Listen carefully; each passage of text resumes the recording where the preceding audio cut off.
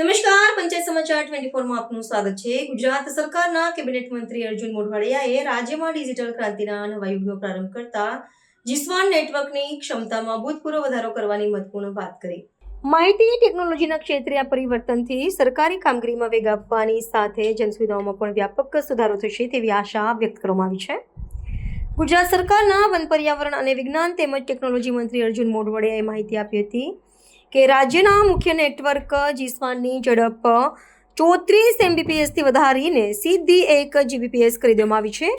આ અપગ્રેડેશન દ્વારા ડિજિટલ ગુજરાતના સંકલ્પને સાકાર કરવા માટે એક સબળ પાયો નાખવામાં આવ્યો છે, જે અંતર્ગત હવે રાજ્ય સરકારનો તમામ ડેટા એક જ સુરક્ષિત સેન્ટ્રલ ડેટા સેન્ટરમાં સંગ્રહિત કરવામાં આવશે। પોરબંદરના ધારાસભ્ય અને કેબિનેટ મંત્રીએ આ પગલાંને વહીવટી પ્રક્રિયામાં પારદર્શિતા અને ઝડપ લાવવા માટેનું ક્રાંતિકારી કદમ ગણાવ્યું છે।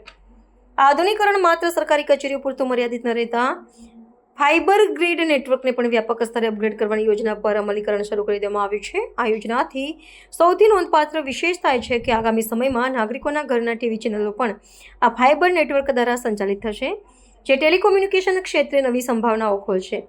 આ માળખાકીય સુધારાથી છેવાડાના ગામડાઓ સુધી હાઈસ્પીડ ઇન્ટરનેટ કનેક્ટિવિટી પહોંચાડવી સરળ બનશે, જેનાથી શિક્ષણ, આરોગ્ય અને ઈ-ગવર્નન્સ સેવાનો વ્યાપ અનેક ગણો વધી જશે। માનનીય અધ્યક્ષશ્રી, જીસ્વાન નેટવર્ક 2001માં શરૂ કરવામાં આવ્યું ત્યારે એની સ્પીડ હતી માત્ર 34 Mbps। એમાંથી વધીને આજે માનનીય અધ્યક્ષશ્રી 34 Mbps-માંથી કલેક્ટર ઓફિસ સુધી જે સ્પીડ છે આપણી એ 1 Gbps-ની થઈ અને જે મામલતદાર અને તાલુકા કક્ષાની ઓફિસો છે ત્યાં માનનીય અધ્યક્ષશ્રી 500 અને 200 Mbps-ની સ્પીડ છે, એટલે ખૂબ સારી સ્પીડ આપી શક્યા છે। અને અત્યારે હું માનનીય મુખ્યમંત્રી ભૂપેન્દ્રભાઈ પટેલનો આભાર માનીશ કે એમણે આ વખતે અમને નાણામંત્રી શ્રી મારફતે જે આ અપગ્રેડેશન અને આધુનિકરણ માટે 135 કરોડ રૂપિયાની જોગવાઈ કરી છે। અને